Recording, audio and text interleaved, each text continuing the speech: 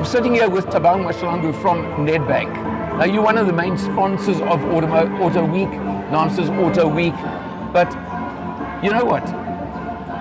Cars are cars, and cars cost money. Yes. And so few people can buy cars without coming to guys like you. Sure. Okay.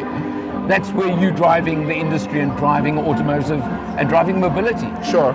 So that's the important part. But Thabang, okay, first of all, what is your exact position and role at Nedbank? Yeah, so I'm the sector lead for automotive, transport, freight and logistics. Right. So I head up the bank's efforts in, let's call it the mobility value chain of the bank. Private side, i.e. I only look after private entities and corporates and not public entities. Right. I think, you know, the point you make about cars are cars. I have a different view. I think cars are an enabler to access to the economy for a lot of people. Cars, vehicles in general, right? Whether you're looking at a small bakkie, a small truck, a medium truck, or an extra heavy, that is how goods and commodities are transported in this country, and we need to ensure that the industry continues to contribute. So I see them as an economic enabler. Of course, they transport families, they ensure that people get to work, and of course there's a leisure element of it, right? And don't forget our food. Food, very, very, very important. You've got to get that one in. If those trucks at night while we are sleeping are not transporting food into the shelves of our retailers, there's nothing to be said for that. So our position really as Nedbank is, whether it's banking, we bank the ecosystem, from your components to your OEMs to retailers, distributors, to myself and yourself choosing to buy a vehicle. Our interest 100%. is holistic. And the industry success is vital to our strategy on the sector. Okay, now so it's everywhere, it encompasses it. And look, I was joking with you about cars because everybody knows, and I can see you're a petrolhead at heart, that's absolutely, for sure. No doubt. So yes, it's the fun factor as well that's involved there, and the passionate factor, etc. But now there's the new side to mobility. Yes. It's no longer cars, we call it mobility. Absolutely. Which now brings new energy and the new side to things. That's it. Where does Nedbank stand on new energy in particular now? Because, hey, they're so expensive. They are currently expensive, tailored to the mid to high end. Yeah. I think where Nedbank stands is that we support the industry's transition to electric vehicles. And I think the key driver to mass adoption in South Africa will be ensuring that we've got vehicles that are more affordable to the mass market, right? Well, that's what we're all looking for. That's all we're looking for. We're looking for vehicles that come from your volume brands that can come in and be at a competitive price point. However, for our OEMs, in order to invest in this infrastructure, of course, they need to have policy certainty, right? And policy and incentive frameworks are an important driver to the investments from the OEMs. But what we've seen that's been excellent is that regardless of the lack of policy certainty, we've seen lots of brands continue to import full ranges of electric vehicles, and that demonstrate that we as South Africa are not an island. 100%, we operate in a broader global automotive environment, and as the broader global automotive environment transitions, it's vital that we keep on top of that. And the main way we're going to do that is through the policy and incentive framework, which will help lower the cost for the end consumer, because it would have supported the OEMs to be more competitive from a business case perspective on the investing in the plant, right? I mean, you'll know it's not 100 million or 500 million. This is billions in investment that we are expecting the industry to make into there. So you are correct. They are expensive at the moment. They cater to the mid to higher end, but we've seen lots of good examples, particularly in your Asian markets, where mass market adoption is possible for people like me and you. Well, look, that's got to come.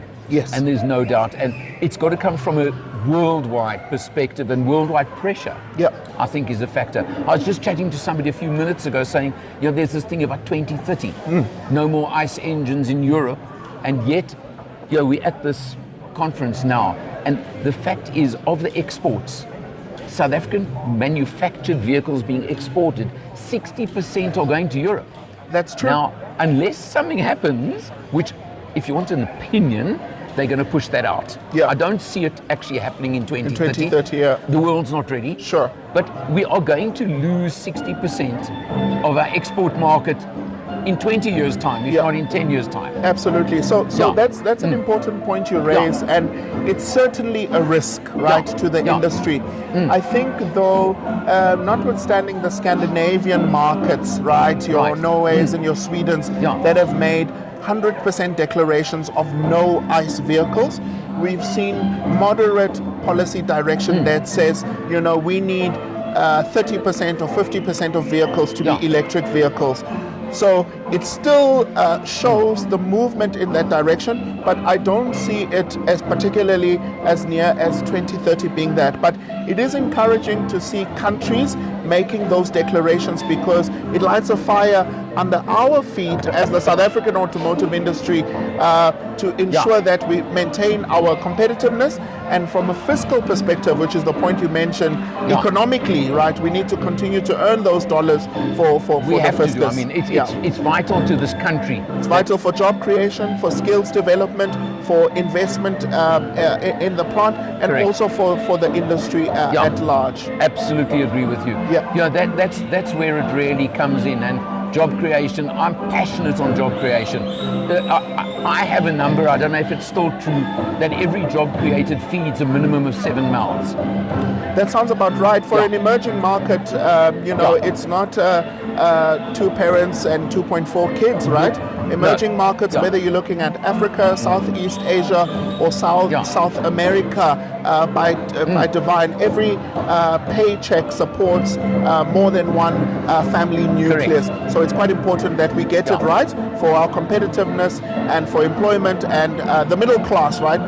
All economies grow by the strength of their middle class, and we need to continue to build a middle class in this country. I mean, it's been diminishing over the last generation or so.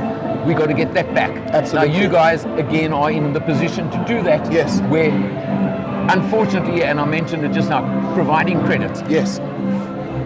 Risk-free credit or low-risk credit, as we had it talk just now. Sure. But that's where you guys are going to come in, and I mean, there are new models coming in and new ways of you assessing the credit risks. And let's not go down there now. But you know what?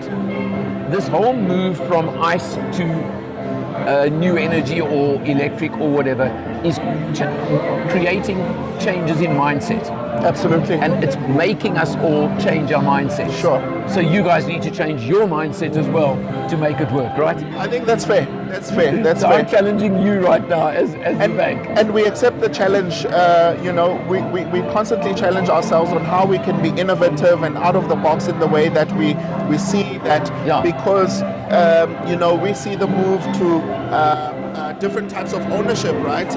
If you're looking at operating leases now versus pure ownership. Correct. And our environment, is regulated, so we always have to have a risk hat on, but there's a space for innovation for us, and I think we have lots of colleagues that work on that to see how we can innovate the way that we assess potential customers and the sort of unlocks that we can become. I think, having spent many years not in the banking industry and now working for the bank, I think financial services as an enabler to economic unlock is quite important, and banks play a critical role in that. And we as Nedbank take our role in that space quite seriously. Thabang, fascinating. We could talk all day. Thank you. I think I'm going to have to meet with you again, and maybe we need to do a series of these. That would be great. I welcome it. So let's chat on it. But in the meantime, thank you so much. Thank you very much. And great chatting. Good chatting. Thank you.